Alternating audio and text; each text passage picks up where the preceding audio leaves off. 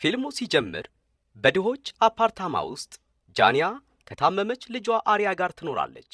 ሆስፒታል ሄደው ከተመለሱ በኋላ ጎረቤታቸው የሚከፍተው ሙዚቃ በቀጫጭኑ ግድግዳዎች ውስጥ ስለሚሰማ አሪያ በጆሮ ማዳመጫ ተጠቅማ መተኛት ነበረባት።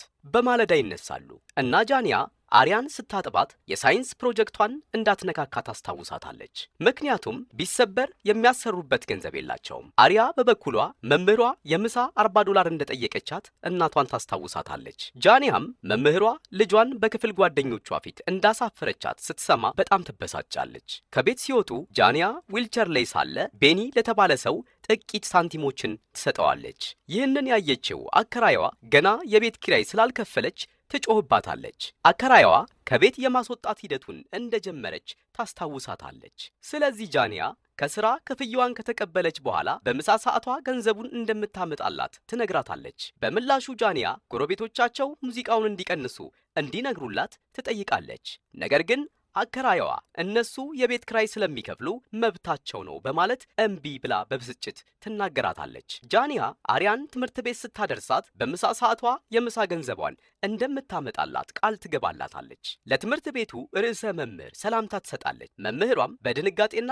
በግራ መጋባት አጸፋውን ትመልሳለች። ከዚያም ጃንያ በሰዎች ተሞልቶ ወደሚገኘው ሱፐርማርኬት ስራዋ ትሄዳለች። አለቃዋ ሪቻርድ ሰላምታ እንኳን ሳይሰጣት አንደኛዋ ገንዘብ ተቀባይ ስላመማት በፍጥነት ወደ ስራ እንድትገባ ያደርጋታል። ሪቻርድም ሆነ ደንበኞቹ በተለመደው ፍጥነት ወደ ቦታዋ በመሄድ ይሰድቧታል። አንዲት ሴት ሁሉንም የገዛቻቸውን ዕቃዎች በድጎማ ካርድ ለመክፈል ትሞክራለች እና ጃንያ አንዳንድ ዕቃዎችን ለመግዛት የድጎማ ካርዱን ለመጠቀም ብቁ እንዳልሆኑ ታስረዳታለች። ደንበኛዋ ተናዳ ምንም ሳትገዛ ትሄዳለች። ስለዚህ ባሏ ሲወጣ በጃንያ ላይ ጠርሙስ ይወረውርባታል። ሪቻርድ ስለ ቆሻሻው ቅሬታ ያቀርባል እና ሰው ሳያዳልጠው ጃንያ በፍጥነት እንድታጸዳው ያዛታል። ሌሎቹ ደንበኞችም የበለጠ መጠበቅ ስላለባቸው ያማርራሉ። ጃንያ የማጽጃ ዕቃዎችን ፍለጋ ስትሄድ የሥራ ባልደረባዋ ምን ያህል እየተሰቃየች እንደሆነ አስተውላ ጥቂት ገንዘብ ልታበድራት ትሞክራለች። ሆኖም ጃንያ ጓደኛዋም እንደሚያስፈልጋትና ለማንኛውም ዛሬ ክፍያ ስለሚከፈላቸው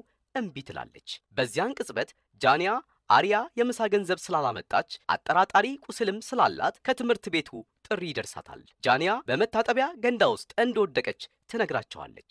ነገር ግን መምህራኑ አሁንም ይጠራጠራሉ። ሪቻርድ ጃንያን ስልክ ላይ ሆና ያገኛትና እንድትዘጋው ያስገድዳታል። ስለዚህ ጃንያ ወደ ትምህርት ቤት ሄዳ ችግሩን ለመፍታት የ30 ደቂቃ ረፍት እንዲሰጣት ትለምነዋለች። ደሞዟንም ትጠይቀዋለች። እሱ ግን እምቢ ይላል። ከዚያም ጃንያ ለአሪያ ምሳ የሚሆን የመጨረሻ $47ን ከባንክ ለማውጣት ትሞክራለች።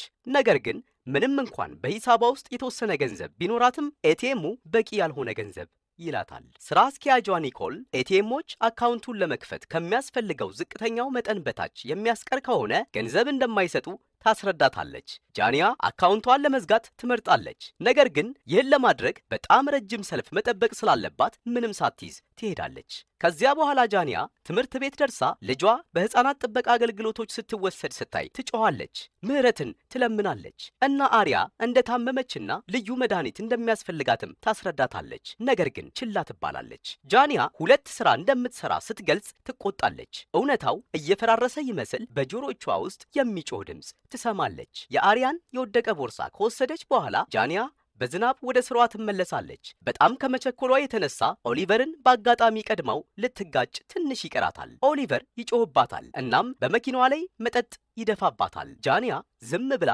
መንገዷን ትቀጥላለች። ነገር ግን ኦሊቨር እንድታዝን አደርጋታለሁ ብሎ መከተል ይጀምራል። በድንገት መኪናዋን በመኪናው ይመታታል። ይህም በውሃው ላይ እንድትንሸራተት ያደርጋታል። ጃንያ ምንም ነገር ከመከሰቱ በፊት ተሽከርካሪውን ታቆማለች። ነገር ግን እንደገና ማስነሳት አትችልም። ሞተሩን ለመፈተሽ ከመኪናው ስትወርድ አንዲት ፖሊስ ታገኛታለች። ስለዚህ ስለሚከተላት ሰውም ትነግራታለች።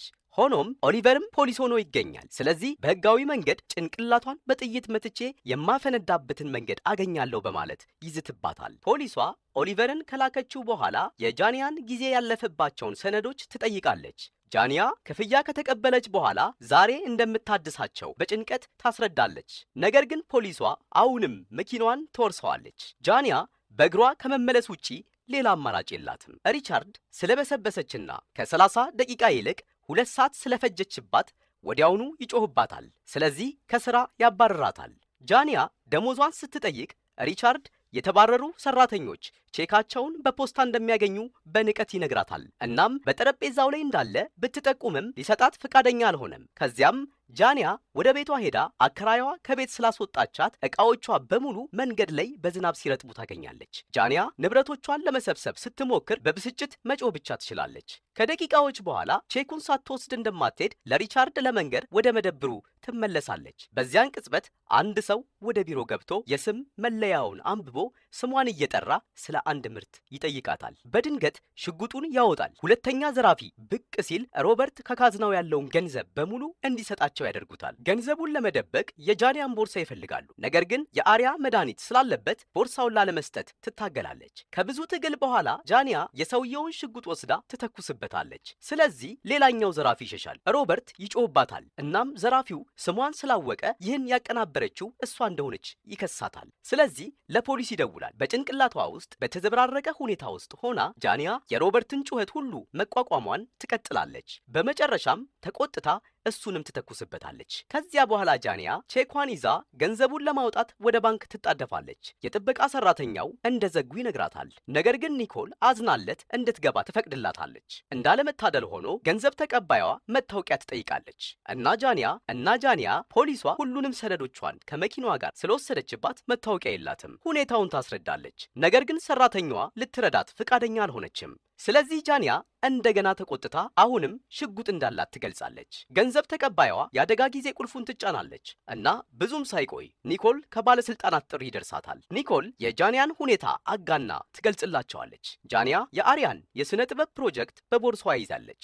ቦርሷ ውስጥም ያለው የልጇ ፕሮጀክት ትንሽዬ ብልጭታዎች የሚያሳይ አምፖል አለው። ኒኮልም ይህን አይታ በስህተት ቦምብ ስለመሰላት ቦምብ እንደያዘች ትነግራቸዋለች። ይህ በእንዲህ እንዳለ መርማሪዎች ሬይመንድና ግራይምስ በመደብር ውስጥ ያለውን የወንጀል ቦታ እየተመለከቱ ነው። የጃኒያ ድርጊቶች በደህንነት መቆጣጠሪያ ካሜራዎች ላይ በግልጽ ይታያሉ። ሰራተኞቹን ሲጠይቁ የጃኒያ ጓደኛ ትከላከልላታለች። እናም እንደዚህ አይነት ነገር በጭራሽ እንደማታደርግ ለማስረዳት ትሞክራለች። ሆኖም ጓደኛዋ ችግሩ ስለገባች በጣም ስለተበሳጨች የሆነ ነገር እየደበቀች እንደሆነ ያስባል። ክሬመን ከታሪኩ በስተጀርባ ተጨማሪ ነገር እንዳለ ታስባለች። እናም ተጨማሪ ፍንጮችን እንዲሰበስብ ትልከዋለች።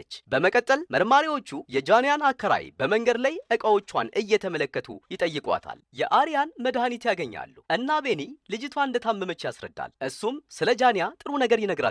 መርማሪዎቹ አፓርታማውን መፈተሽ ይፈልጋሉ። ነገር ግን አከራይዋ አትፈቅድላቸውም። በዚያን ቅጽበት ስለ ባንኩ የሚነገር ጥሪ ይደርሳቸዋል። ስለዚህ በፍጥነት ይሄዳሉ። ባንክ ውስጥ ገንዘብ ተቀባዮቹ እየተዘረፉ እንደሆነ ስላሰቡ ሁሉንም ገንዘባቸውን ለጃኒያ ይሰጧታል። እሷ ቼኳ ላይ ያለውን የገንዘብ መጠን ብቻ እንደምትፈልግ ለማስረዳት ትሞክራለች። ኒኮል ስልኳን ለጠባቂው መመሪያ እንዲያገኝ ትሰጠዋለች። ከዚያም ሌሎቹ ደንበኞች እንዲወጡ ለመንገር ትሞክራለች። ሆኖም ምን እንደተፈጠረ እንዳለ ስላልተረዱ ይቆያሉ። ጃኒያ ኒኮልን ለእርዳታ ትጥራታለች እና ኒኮል ገንዘብ ተቀባያዋ የቼኩን ገንዘብ ብቻ መስጠት እንዳለባት ማስረዳት ትጀምራለች። ጃኒያ በየሰከንዱ አእምሯን እያጣች ነው እና በብስጭት ትጮኻለች። ነገር ግን ሌሎቹን የምትጎዳ መስሏቸው እንዲፈሩም ታደርጋቸዋለች። በዚያን ቅጽበት ፖሊሶች ህንፃውን ይከባሉ። ኬራይመን ለዋናው አዛዥ ጃኒያ በመደብር ውስጥ ዝርፊያውን እንዳቀናበረች ትነግረዋለች። ነገር ግን ኬራይመን ለሁኔታው መጥፎ የአእምሮ ምላሽ እንደሰጠች ብቻ ታስባለች። አንድ ደንበኛ በመጨረሻ የጃኒያን ሽጉጥ አስጥሎ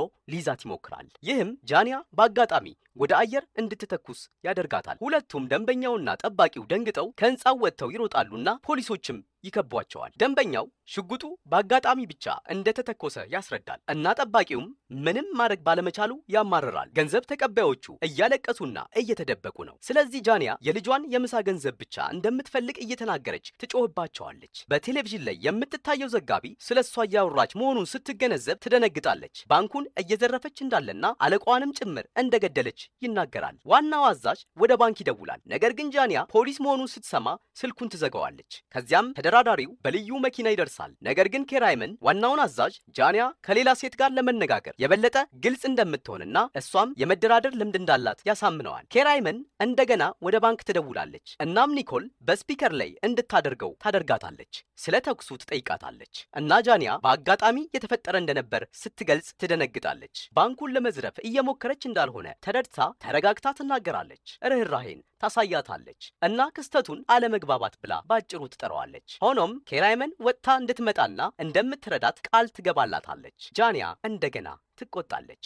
ልክ ልጇን እንዳስቀመጧት እሷንም ሊያስቀምጧት እንደሚፈልጉና ማንም እንደማይረዳት ትናገራለች። ኒኮል ደንበኞቹን እንድትለቅ ስትነግራት ጃንያ እንደማትይዛቸው እየጮኸች ትነግራታለች እና እንደገና ስልኩን ትዘጋዋለች። ከዚያ በኋላ ኒኮል ለጃንያ የቼኳን ገንዘብ ትሰጣታለች። ጃንያ ለትምህርት ቤት ምሳ የሚያስፈልገውን $40 ነጥላ ታወጣለች። እናም ፖሊሱ እንደማይፈቅድላት ስለምታውቅ ኒኮል ለልጇ ማለትም ለአሪያ እንድትወስድላት ትጠይቃለች። በቴሌቪዥን ፖሊሶች ቦታቸውን ሲይዙ ስታይ ገንዘብ ተቀባዮቹ በፊት ለፊት ላይ ያሉትን መጋረጃዎች እንዲዘጉ ታደርጋለች። በመኪና ውስጥ ያሉት ፖሊሶች የደህንነት ካሜራዎችን ማግኘት ይችላሉ። እናም ስለ ቦምቡ ይጨነቃሉ። አንደኛዋ ገንዘብ ተቀባይ በድብቅ ስልኳን በማስቀመጥ ሁኔታውን በቀጥታ ማስተላለፍ ትጀምራለች። አንዲት አረጋዊት ደንበኛ መቀመጥ እንዳለባት ስትናገር ጃንያ ወዲያውኑ ኒኮል ወንበር እንድታመጣላት ታደርጋለች። ሌሎቹ ደንበኞች እንድትለቃቸው ይጠይቋታል። ነገር ግን ጃንያ ብቻዋን ስትሆን ፖሊስ እንደሚተኩስባት እርግጠኛ ነች። ሁለቱ ደንበኞች ለማምለጥ ይሮጣሉ።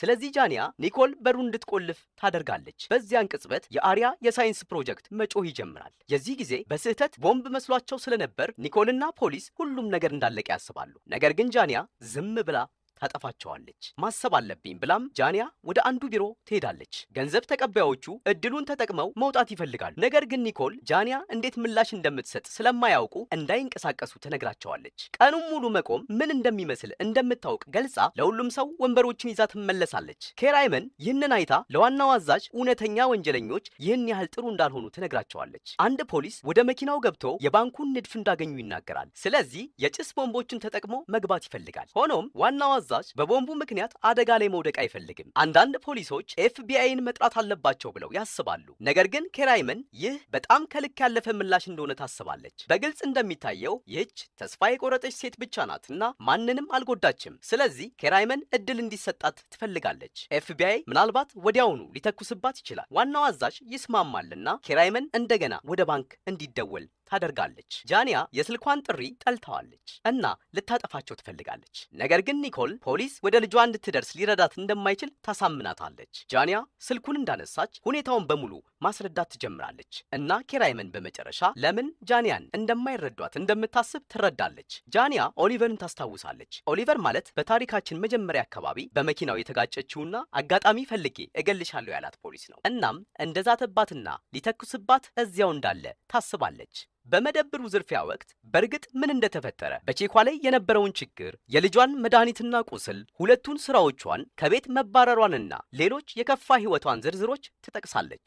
የገንዘብ ተቀባዩዋ ስልክ አሁንም በቀጥታ እየተላለፈ ስለሆነ ቪዲዮው ቫይራል ሆኖ ይታያል። እናም በመላው ከተማ ያሉ ሰዎች ለሷ ማዘን ይጀምራሉ። ኬራይመን እያለቀሰች በተመሳሳይ ሁኔታ ውስጥ እንዳደገች በመግለጽ መረዳቷን ታሳያለች እና እንደምትረዳት ቃል ትገባለች። ነገር ግን ወጥታ እንድትመጣ ትነግራታለች። ይህ ሁኔታ ጃንያን እንደገና እንድትቆጣ ያደርጋታል። እናም ውጭ ፖሊሶች እስካሉ ድረስ እንደማትወጣ ትናገራለች። ዋናው አዛዥ ጃንያ እየተቀረጸች መሆኑን ሲያውቅ ሰዎች ስርጭቱን እንዲያቋርጡ ያዛል። በተመሳሳይ ጊዜ ጃንያ የደህንነት ካሜራዎቹ እንደበሩ ተገንዝባ ኒኮል ወደ ማብሪያው እንድትወስዳት ትጠይቃለች። አንደኛዋ ገንዘብ ተቀባይ እድሉን ተጠቅማ ለመውጣት ትሞክራለች። ነገር ግን በሩ ተቆልፏል። ጃንያ ሁሉንም ካሜራዎች ታጠፋለች። ይህም ፖሊሶች ምን እየተፈጠረ እንዳለ የሚያውቁበት መንገድ እንዳይኖራቸው ያደርጋል። ከዚያም ትመለሳለችና ሌሎቹ የመታጠቢያ ቤት እንደሚያስፈልጋቸው ይነግሯታል። ስለዚህ ጃንያ አንድ ባንድ እንዲሄዱ ትፈቅድላቸዋለች። ውጭ ኬራይመንና ቢል ስርዓቱን እየፈተሹ ነው። ነገር ግን ጃንያን ያጠቃውን ፖሊስ ማግኘት አልቻሉም። ሰዎች ለጃንያን ፍትህ ለመጠየቅና በነፃ እንድትለቀቅ ከፖሊስ ጀርባ መሰብሰብ ጀምረዋል። ወደ ባንኩ ስንመለስ አንደኛዋ ገንዘብ ተቀባይ ጃንያ እንደ ንጹህ በመታየቷ ትበሳጫለች። ኒኮልና አሮጊቷ ሴት ይቆጧታል። ከዚያም ኒኮል ጃንያ እንደ በረዳት አስተውላ የአየር ማቀዝቀዣውና ማሞቂያው መሳሪያው ካሜራዎቹን ሲያጠፉ አብሮ እንደጠፋ ገልጻላት ጃኬት ልትሰጣት ወደ ቢሮው ይሄዳሉ። እናም ጃንያ በጠረጴዛው ላይ የቤተሰብ ፎቶ እያየች ጃኬቱን ትለብሳለች። ስለ ልጆቹ ጉዳይም ይወያያሉ እና ኒኮል ጃንያ ጥሩ እናት እንደሆነች ታረጋግጥላታለች። ይህን ወደ ባንኩ በመጣች ቁጥር ስላየቻት ታውቃለች። እንድትረዳት ልታሳምናት ትሞክራለች። ነገር ግን ጃንያ አሁንም ኦሊቨርን ትፈራለች። ምሽት ላይ ኤፍቢአይ ሲደርስ ጃንያ ስለ ጫጫታው ትጨነቃለች። ጃንያ ኒኮልን ወደ በሩ ልካ እንድትመለከት ታደርጋለች። እናም ህዝቡ ጃንያን ፍቱ እያለ እንደሚጮህ ይረዳሉ። በዜና ላይ ህዝቡ ስሟን በትልልቅ ምልክቶች መብቷን እንዲከበር ሲጠይቅ ማየት ቻለች። አንዲት ዘጋቢ ከሰልፈኞቹ ጋር ትነጋገራለች እና ቤኒም እዚያው አለ። ጃንያ ምንም ሳይኖራት ሁል ጊዜ እንዴት እንደረዳችው ይናገራል። ዋናው አዛዥ በቁጥጥር ስር እንዲያውላትና ጃንያ በሰላም እጇን እንደምትሰጥ ኤፍቢአይን ለማሳመን ይሞክራል። ነገር ግን አይሰሙም። ገንዘብ ተቀባዮቹ ያለ አየር ማቀዝቀዣ ምን ያህል እንደሚሞቅ ያማርራሉ። እናም ጃንያ በየቀኑ የምትተኛበት ቤት የሙቀት መጠን ይህን ያህል እንደሆነም ትናገራለች። አሮጊቷ ሴት አንዳንድ ጣፋጭ ቃላትን ስትናገር ጃንያ ለሁሉም ነገር ይቅርታ ትጠይቃለች። እናም ልጇ ሆስፒታል በነበረችበት ጊዜ በውስጧ የሆነ ነገር እንደተሰበረ ታስረዳታለች። ኢንሹራንስ ስለሌላት ዶክተሮች ያለ ጊዜው በተወለደችበት ጊዜ እንኳን አሪያን በደንብ አላስተናገዷትም። ጃንያ የልጇ የማደጎ እንክብካቤ ህመሟን እንደማይረዳው ስለምታውቅ ለልጇ ለአሪያ ባይሆን ኖሮ እስር ቤት መግባትን አትጠላም ነበር። ኒኮል ጃንያ በሰላም እጇን ብትሰጥ ልጇ አሪያን እንደምትንከባከባት ቃል ትገባለች። በዚያን ቅጽበት አሮጊቷ ሴት ጥሩ ስሜት እንደማይሰማት አስታውቃ የስኳር ህመምተኛ መሆኗን ትገልጻለች። ጃንያ ኒኮል እንድታወጣት ትፈቅዳለች። በሚቀጥለው ጊዜ አንድ ሰው ወደ ባንክ ሲደውል ኤፍቢአይ ነው። ከኬራይመን ጋር እንድትነጋገር አይፈቅዱላትም። ስለዚህ እንደገና መቆጣት ትጀምራለች። እናም ስልኩን ለኒኮል ትሰጣለች። በዚያን ቅጽበት የሳይንስ ፕሮጀክቱ እንደገና መጮህ ይጀምራል እና ኒኮል ጥሪው ቦምብ እንደሆነ በማሰብ ስልኩን ትዘጋዋለች። ጃንያ ጩኸቱን ታጠፋለች። እናም የሳይንስ ፕሮጀክቱ የልጇ እንደሆነ ትነግራቸዋለች። ይህም ኒኮልንና ገንዘብ ተቀባዮቹን እፎይታ ይሰጣቸዋል። ቦምብ መስሏቸው እንደነበር ያስረዳሉ። እናም ጃንያ በመጨረሻ ፖሊሶችና ኤፍቢአይ ለምን እንዲህ እንደሚያደርጉ ትረዳለች። አንዲት ገንዘብ ተቀባይ ሊፕስቲኳን ተጠቅማ በመስኮቱ ላይ መልእክት ትጽፋለች። ቦምቡ እውነት አይደለም፣ አንድ ሽጉጥ ብቻ ነው ያላት። ጃንያ ኒኮል ለፖሊስ እንድትደውልና አለመግባባቱን እንድታብራራ ትነግራታለች። ነገር ግን ኒኮል ቦምቡ ወኪሎችን እንዳይገቡ የሚከላከልላቸው ብቸኛው ነገር እንደሆነ ስለምታስብ እምቢ ትላለች። በምትኩ ሁሉም ያለ ቦርሳ መውጣት አለባቸው ብላ ታስባለች። ይህ በእንዲህ እንዳለ ኬራይመን ጃንያን ያስፈራራትን ፖሊስ ታገኛለች። መጀመሪያ ላይ ምንም አይነት ዝርዝር መረጃ ስላልነበራት ከኦሊቨር ጋር አባሪ የነበረችውን ፖሊስ ስለ ኦሊቨር አስፈራርታ እንድትናዘዝ ታስገድዳታለች። የተናደደችው ኬራይመን ወደ ኦሊቨር በመሄድ ፊቱን በቦክስ ትመተዋለች። በዚህም ድርጊቷን ሲመለከት በነበረው ህዝብ ከበሬታን ታገኛለች። ዋናው አዛዥ ያደረገውን ሲሰማ ኦሊቨርን ይዞ ይሄዳል። በመኪና ውስጥ ያለው ስልክ እየጮኸ ነው እና ኤፍቢአይም መልስ ለመስጠት ፍቃደኛ አልሆነም። ሁለቱም ኬራይመንና ዋናው አዛዥ ስለሰለቻቸው ኬራይመን ጥሪውን ትቀበላለች። ኦሊቨርን እንዳሰሩት ለጃንያ ትነግራታለች። ነገር ግን ጃንያ ማረጋገጫ ትፈልጋለች። ፎቶ ከላኩላት ያለ ሽጉጥ ወይም ቦርሳ ትወጣለች። ሆኖም ኤፍቢአይ ሰዎቹን ወደ ውስጥ መላክ ይፈልጋል። ተስፋ የቆረጠችው ኬራይመን ወደ በሩ ሮጣ የኦሊቨርን ፎቶ የያዘ ስልኳን ለጃንያ ትሰጣታለች። ጃንያ እፎይታ አግኝታ ሁሉንም ሰው ትለቃለች። ነገር ግን ኒኮል ለመርዳት ትቀራለች። የጃንያን እጅ ይዛ እስር ቤት ከአሪያ ጋር እንደምትጎበኛት ቃል ትገባለች። በዚያን ቅጽበት ጃንያ ከእናቷ ጥሪ ይደርሳታል። ኤፍቢአይዎችም ከእናቷ ጋር ነበሩ። ጃንያ ስለተፈጠረው ነገር ሁሉ በመጮህ ለእናቷ ማስረዳት ትጀምራለች። እናም እናቷ የጃንያ ልጅ አሪያ እንደሞተች ለማስታወስ ታቋርጣታለች። ልጅቷ ባለፈው ምሽት ከደረሰባት ህመም እንዳልተረፈች ያረዷታል። እናም ጃንያ የእሷን መኖር አምና ተቀብላ ነበር። እናም ከትምህርት ቤቱ የተደረገውን ጥሪና የማህበራዊ አገልግሎቶች አሪያን ሲወስዷት በቅዠት ስታይ እንደነበር ታወቀ። ኒኮል በፖሊስ በስልክ ተነግሯት ነበር። ነገር ግን ሁኔታውን ላለማባባስ ምንም አልተናገረችም። ጃንያ ይህንን ለመቀበል ስትሞክር ኤፍቢአይ ጃንያ ላይ ለመተኮስ በሮችና የጣራውን መግቢያ ሰብሮ ይገባል። ጃንያንም ተኩሰው ይጥሏታል። ሆኖም ይህ ደግሞ ቅዠት ነው እና ኒኮል ከቅዠቱ እንድትወጣ ትረዳታለች። ከዚያ በኋላ ኒኮል ጃንያን እጆቻቸውን ወደ ላይ አድርገው ከህንፃው እንዲወጡ ትመራቸዋለች። ኬራይመን ጃንያን ስታስራት መልካምና ገር ነበረች። እናም ጃንያ በፖሊስ መኪና ስትወሰድ ህዝቡ በነቂስ ወጥቶ ድጋፉን አሳያት። የዛሬው